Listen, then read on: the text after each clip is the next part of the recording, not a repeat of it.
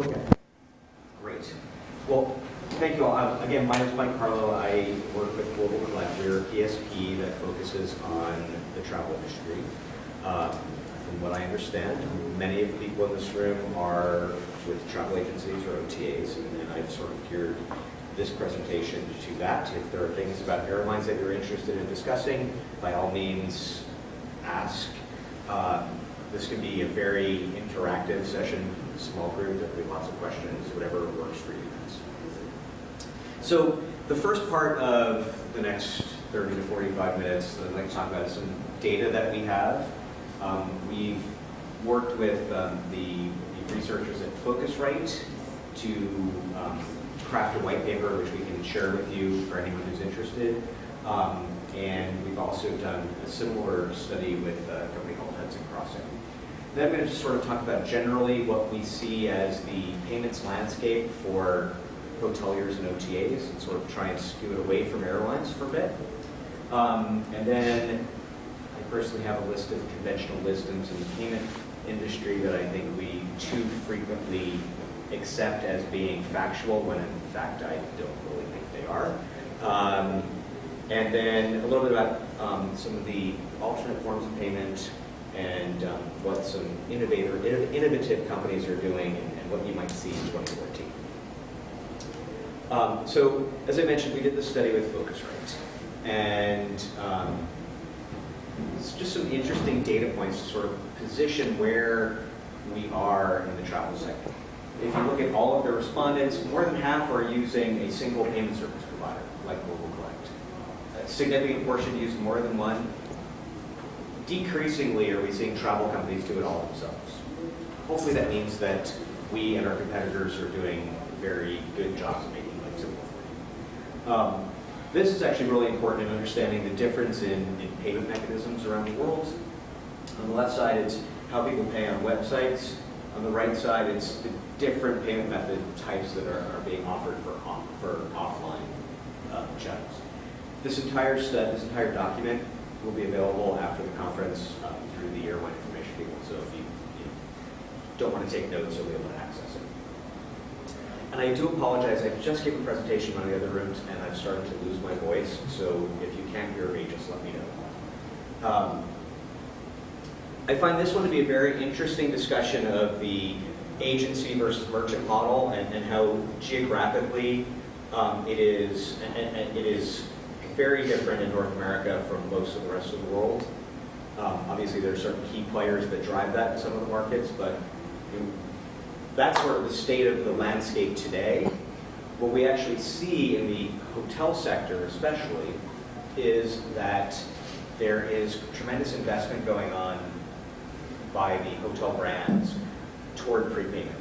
And as Seth and I have discussed, there are all sorts of interesting ways that hotels are doing prepayment today. So if you book a hotel room on one of the major brand.com sites and you pay a prepaid rate, in most cases what's happening is they're taking that credit card information and sending it to the local property, often by fax, so that they can enter that into their local PMS.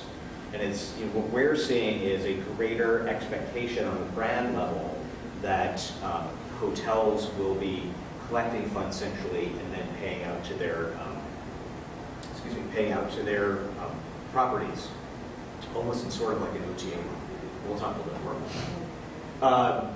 Another interesting thing that I think is a great untapped opportunity for the travel sector is foreign currency conversion. If you look at the number of currencies accepted by region, if you think about a travel agency, you're able to sell in many countries. We have another stat that's not in this deck, but the average OTA sold in 38 countries, but only offered 14 currencies. And obviously the euro skews that a little bit, but there is an opportunity, which you'll see in a few minutes, to increase your bottom line, your revenue by effective currency conversion. Lastly, the number of currencies accepted by industries. So as I said, this is just a little background data. I think I have one or two charts after this, but I would just like to transition to the payment landscape. and what we see as the major issues that we are seeing with regard to payments in the hotel and OTA sector. In the hotel sector, tremendous debate about prepaid versus postpaid. And what we've actually seen over the past 5 years, I'm very happy to be on the board of directors of HEDNA, the Hotel Electronic Distribution Networking Association. What we've seen over the past few years is a realization that the hotel payment model doesn't make any sense. If you think about a hotel property in Thailand, let's say it's a really nice beach resort, chances are most of the guests at that hotel are not Thai. They're probably overwhelmed with American, Canadian, German, Dutch, British, French guests. But if you think about every hotel property in the world, the payment strategy that that property has is all based on where the property is located, not based on where the customer is coming from. And so we're seeing greater emphasis at the hotel brand level at looking at where the customer is coming and putting the customer first in the payment strategy. And that allows you to offer the consumer locally preferred payment methods like ITO in the Netherlands or Boletos in Brazil. So we're seeing a lot of changes in the way hoteliers are starting to view payments. And for the travel agents in the room, that's actually a profound change. You might actually see greater focus on multi-currency pricing, MCP.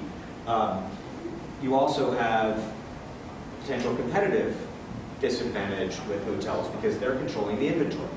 Because they're controlling the inventory, much the way airlines control the inventory, there's an opportunity to be aggressive with inventory management. Whereas you may need to commit to a room at the time of a booking, they as the hotel can maybe hold that reservation for 7 days if they don't receive payment, which impacts the payment mechanism economic.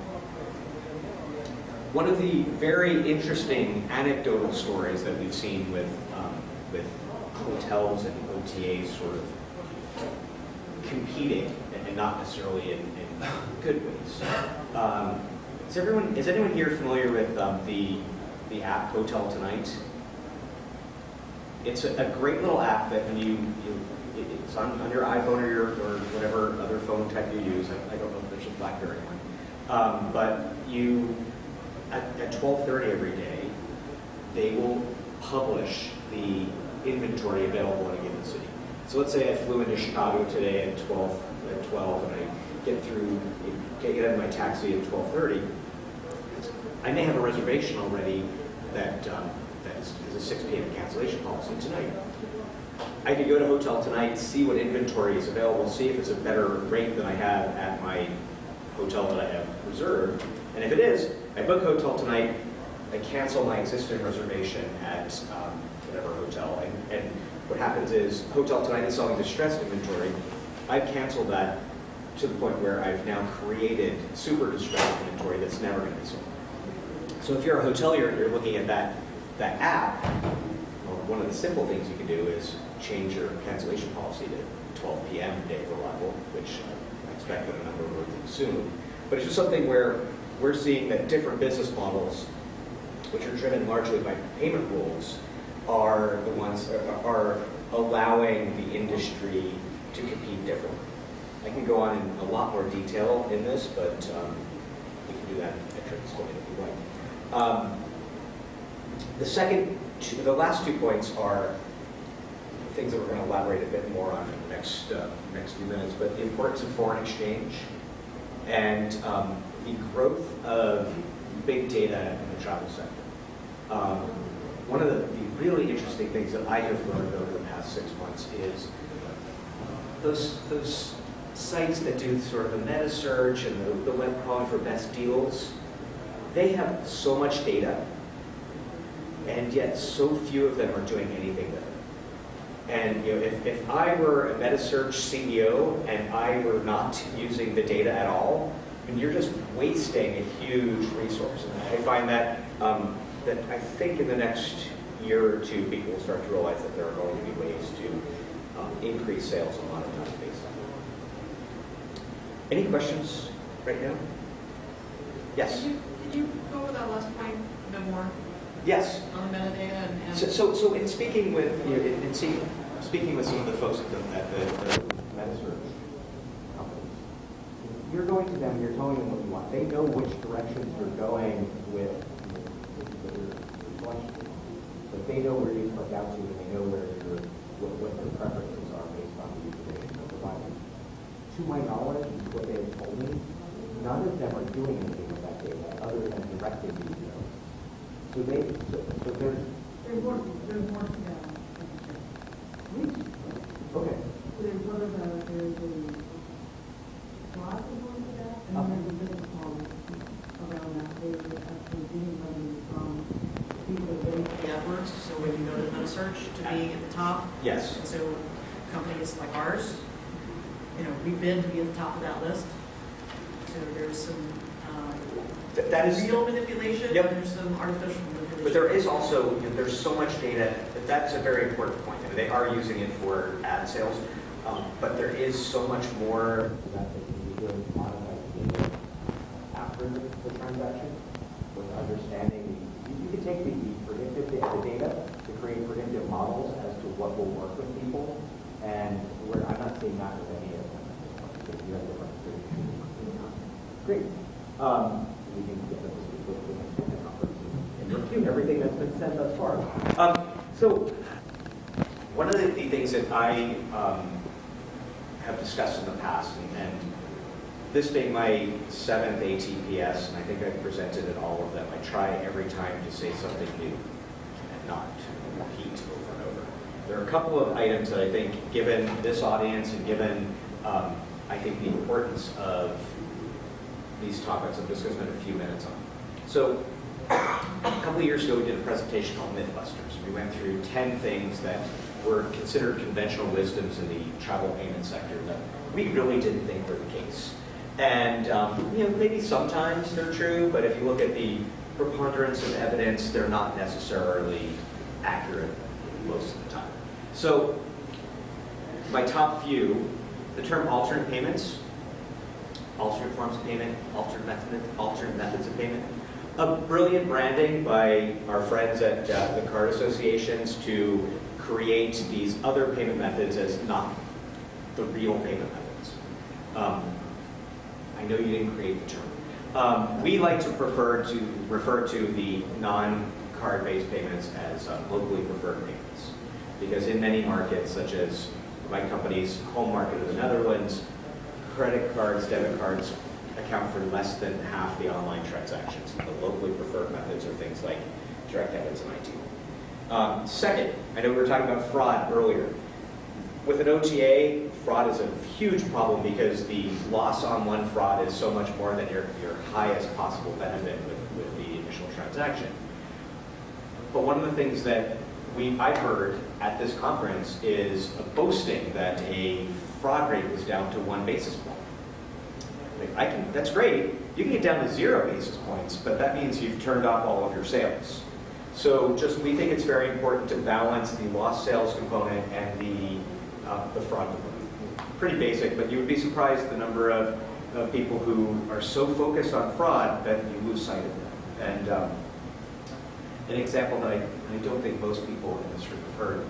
Years ago when I started at GlobalCollect, I was in the US, I had a Dutch credit card, and I was booking my travel from a US IP address because I lived in the US.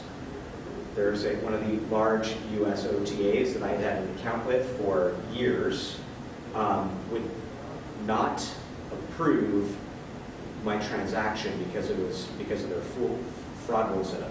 If I went to that same account and used my debit card or a local credit card, they would accept it. But because I was using a Dutch credit card and American IP address, they would not accept my transaction. So it's been now 8 years since I've booked anything on that particular website. And they're still doing just fine, so I'm guessing it wasn't my business that was keeping them afloat. Next, earlier this morning, I don't know if you were in the session with Mike Parkinson talking about the WorldPay survey, and there was a reference to something I had said a couple of years ago, or last year. And it was, there's this sense among payment professionals that you should offer as many payment methods as possible in a given market. I don't agree with that. I think what we need to do is understand what you are trying to accomplish in a given market. And the example they referenced was a U.S. airline flying into Buenos Aires. One flight, maybe 2 flights a day, load factors in the 90s, so very limited capacity.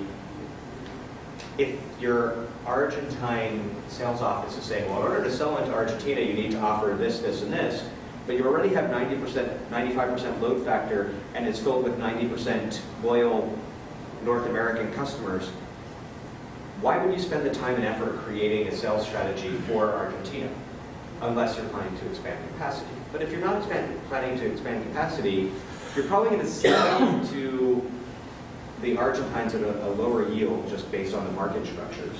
You're also going to then alienate your existing customer base of North Americans and send them to another carrier that they can be flying in. So my point on this topic was simply take a holistic approach to payments and understand what you're really trying to accomplish, not what the sales office in a particular region is telling you you're trying to accomplish. Next, 3D Secure will ruin your conversion sales. And this was a conventional wisdom and still is in many markets. I think that there are a couple of things that are at play here.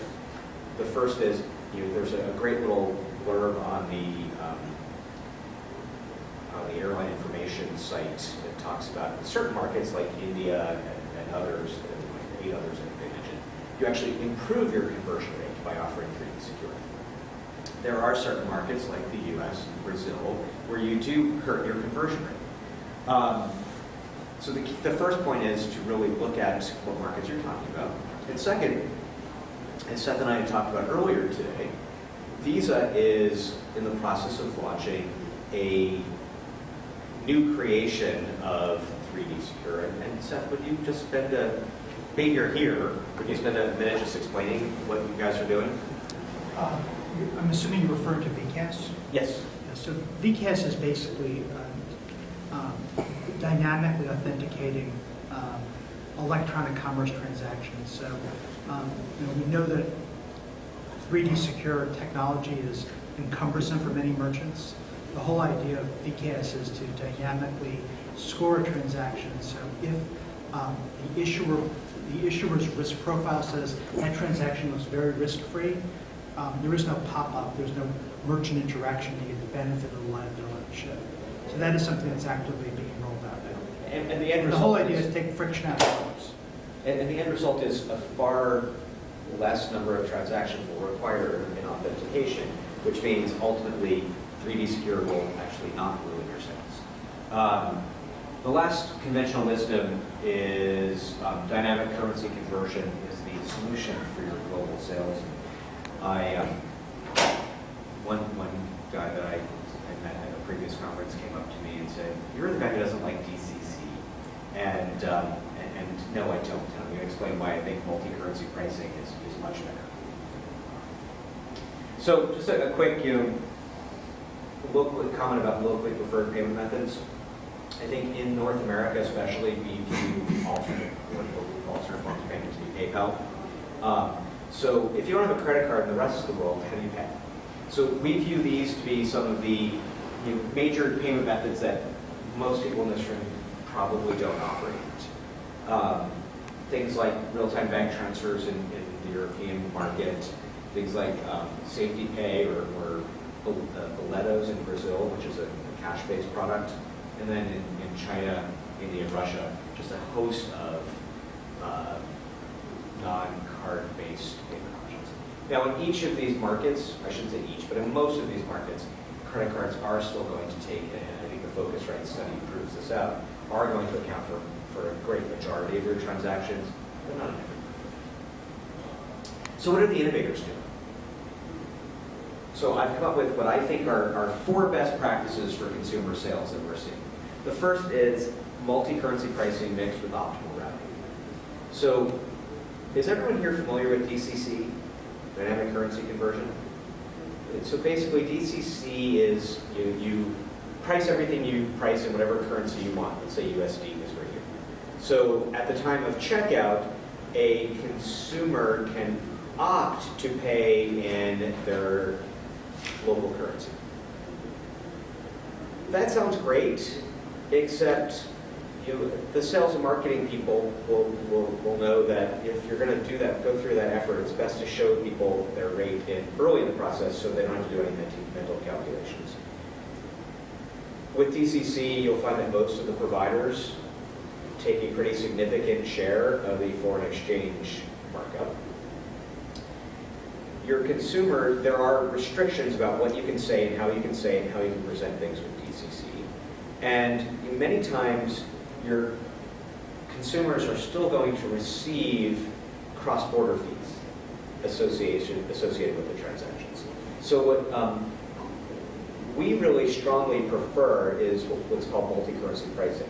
So rather than say you have a $999 plane ticket or hotel room that translates to decide what the pricing needs to be. So you might say $999 US dollars and $13.49 in euros, and that's the number that you present throughout the transaction. Then what we will I'll show you in this example is how you can take that information and make it profitable. So this is a study done by a gentleman named Henry Hartevelt at Hudson Crossing. I don't know if anyone knows Henry. He used to be at Forrester, and and is now at Hudson Crossing. So this is an example of and we actually have done a white paper with Hudson Crossing, so if anyone is interested in seeing that, just let me know after and I can have it sent to you this week. So this is an example of a US OTA selling in Germany. So the first column is that US OTA is processing that $1,000 transaction in USD at a US acquiring. So the direct cost of that becomes $47. $27 for the card association, acquiring bank, issuing bank charges, and then Hudson Crossing assessed that it was about a 2% indirect cost, which include fraud management and fraudulent transactions, chargebacks, labor. This number has also been fairly prominently advertised by Elvon as sort of the result of their research as well. So ultimately, that $1,000 transaction costs you as a merchant $47 to process. So let's say that even though it's a US merchant, they're interested in pricing that in euros. So let's say the euro price is $7.68. The cost of the transaction processing is 21 euros. The cost of the indirect cost is 15. But because you've been able to build in a foreign currency markup of 3%, which is the standard that the DCC companies have used for years, you're generating 23 euros of multi-currency benefit. So the overall cost of processing that transaction is down to $18. Well, let's say you're going to be super crazy and you're going to take that euro transaction, you're going to route it to a European acquiring bank because you do have a European entity and you're able to do that. Because interchange rates in Europe tend to be lower, you're able to process that at a lower rate there. And you're able to further reduce your cost to $4. So instead of paying $47 for that transaction, by using multi-currency pricing and routing the transaction optimally, you're down to almost break even. And then if you want to be super crazy, you can take that same German customer and offer them to pay with a bank transfer or a direct debit, ELV, and the cost of that is only €1. So you've actually taken that same transaction that cost you $47 and you've made a profit of $29 on it because of the currency conversion. Now, I will say this is a very simplistic, high-level analysis. I think directionally the numbers are certainly justifiable, but to go from a $47 cost to a $29 profit is kind of impressive. So that's the first of our 4 best practices for consumer sales. The second is the strategic understanding of each market. This goes back to what I was explaining earlier about looking at what you're trying to accomplish in a market. The example of the North American carrier flying into Argentina. Third, encouraging your consumers to your preferred choice. So there are ways to do that. I mean, you can surcharge, and actually, in the U.S. market, you hadn't traditionally been allowed to surcharge, although I think there's legislation that has changed that. Is that accurate? There's permission to surcharge. So, there are a lot of the European companies have been surcharging for quite some time. It's a way of driving payments to what they prefer the payments to be. There are other things you can do. You can do placement on a list, putting Ideal in the Netherlands, as Martin had shown earlier today, at the top of the list. That really helps. You can do other incentives, but basically it's offer as many payment methods as you think is appropriate to achieve what you need to achieve as a company, but you can certainly do what you want to do to manage that to the end result.